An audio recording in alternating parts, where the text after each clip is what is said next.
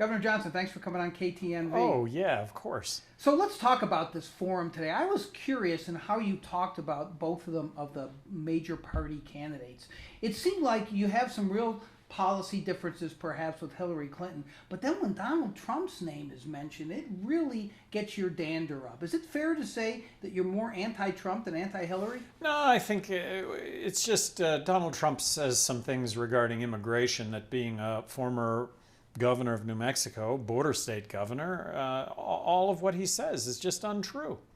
I guess what I'm wondering is do you agree with what a lot of people have said lately, that Donald Trump is unfit to be president, that he's dangerous for this country? You've heard Republicans and Democrats, maybe there are even a few libertarians who have said it.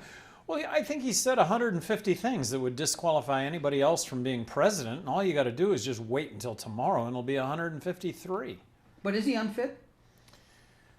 Based on the things that he said, it just, for us to elect him as president, I don't think that would be in our best interests. I really don't. I've seen this thing that went viral on the internet of you calling him a pussy, Donald Trump a pussy. Why did you think of that word for him? What about him makes him a pussy? Well, it was really, I'm better than that, and it was a misfire at some humor, and it was, and I've done that before, so I really Haven't do. we all? Well, we have, and I really apologize for that. I'm not a. Why though? I mean, okay, don't use the word, but what was the sentiment that you were thinking of when you said it?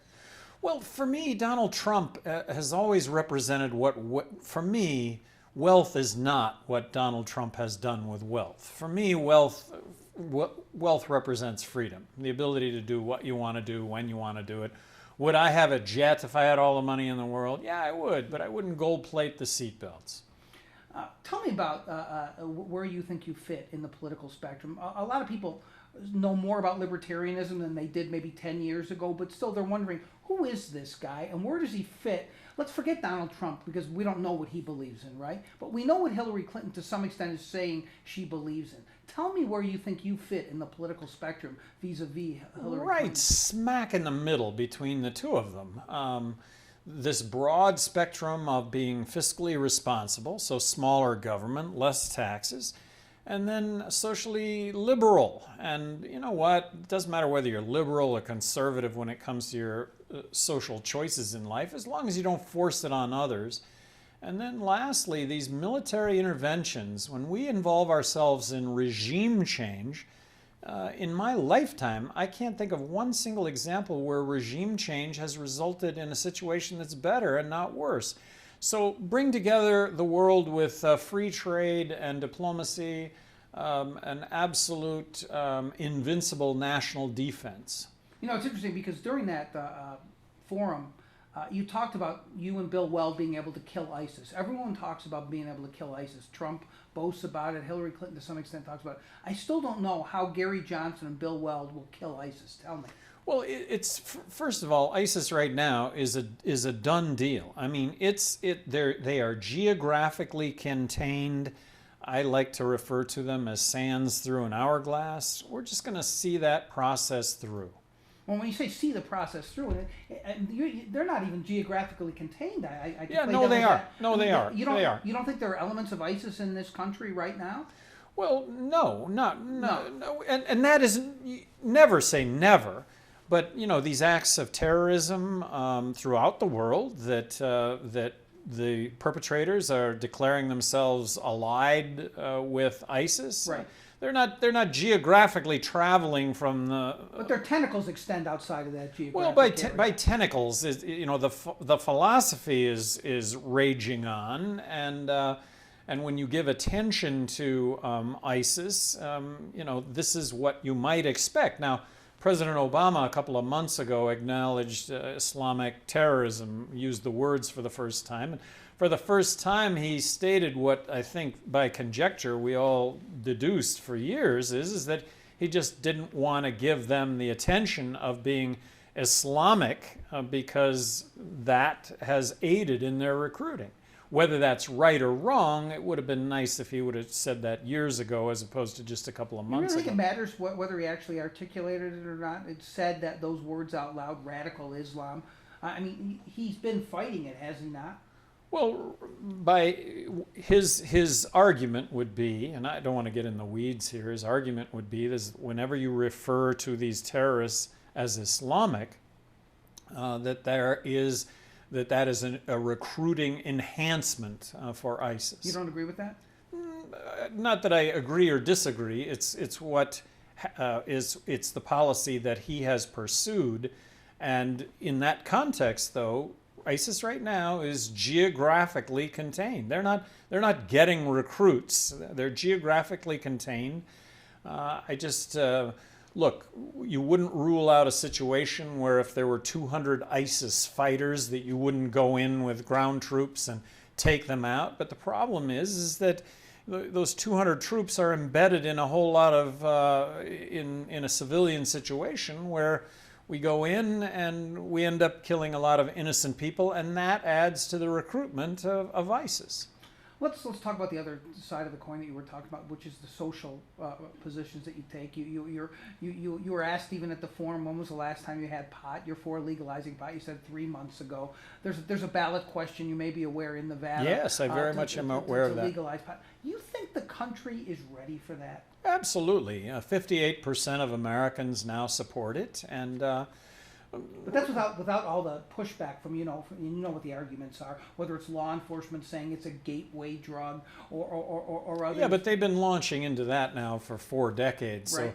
So in spite of all those arguments that we've heard all of our lives, I think we've all come to recognize that hey, personal choice, as long as the personal choice doesn't put anyone else in harm's way, should that be a criminal activity? Should there be any difference between consuming marijuana in the evening and taking the edge off, comparing that to having a few drinks in the evening to take the edge off? Okay, as long as you're not impaired and do somebody else harm. So getting behind the wheel of a car, not a good thing. So the federal government have rescheduled it from Schedule 1 by now? They should have, yes, and as you saw yesterday, they didn't, and Right. Really disappointed by that. These products marijuana products directly compete with legal prescription drugs that kill 100,000 people a year statistically. There's not been one statistical death due to marijuana products. Does your attitude toward that, again, speaking of something important to Nevadans, also transfer to gaming, legalized gaming? Should the federal government get into the business of regulating gaming? Should online gaming be legal? What's your take on that, Governor? Well, I think that the federal government should not get in the way of what the states decide. I mean, that's the really big example here. And Nevada has led the way for a long time, being out front with regard to social issues. Let Nevada decide how Nevada wants to live. What about other states? I mean, do you have a problem with legalized gaming at all? I mean, if other states want to legalize it, No, you're fine with it. Absolutely. And you think the states' decisions, yeah. And what about online gaming? You think that's different or not? Well, I don't think it's different. I don't think the federal government should put obstacles in the way to be able to do that.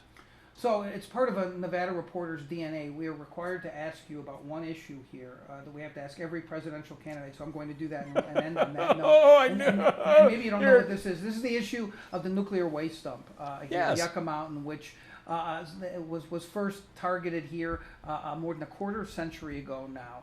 Should Nevada have to host the nation's only nuclear waste dump? You know, I'll tell you, my evolution on the topic was that this is something that we have to deal with. This is a problem that we have to deal with. Well, then come to find out that apparently there are some real issues regarding the site chosen, and that it was a site chosen politically and not really from a use the term common sense, but from a scientific standpoint may not have been the best choice.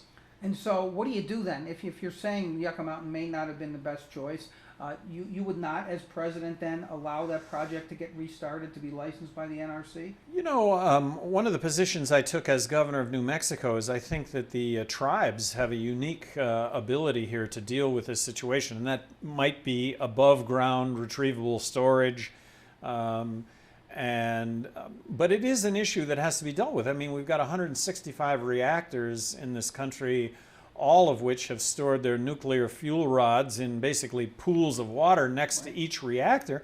And we, as consumers, have paid into a fund that has grown to billions and billions of dollars to deal with this issue, and the federal government hasn't dealt with this issue. So I imagine that is going to be front and center, and at the very center of it all would be a scientific way of dealing with this. Yucca Mountain off the table under Johnson administration?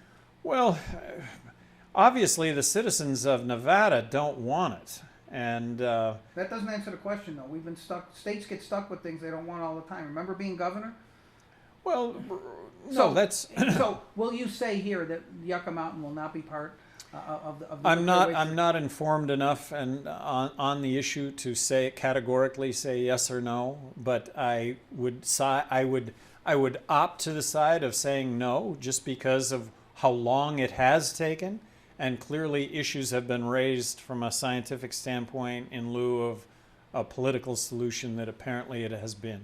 Candid answer, Governor. If you get lucky enough to get to the threshold, we'll see you back here on October 19th for the final debate. There we go. Thanks. For Here. Yep, exactly right. All right. Thank you. All right. Thank you. All right.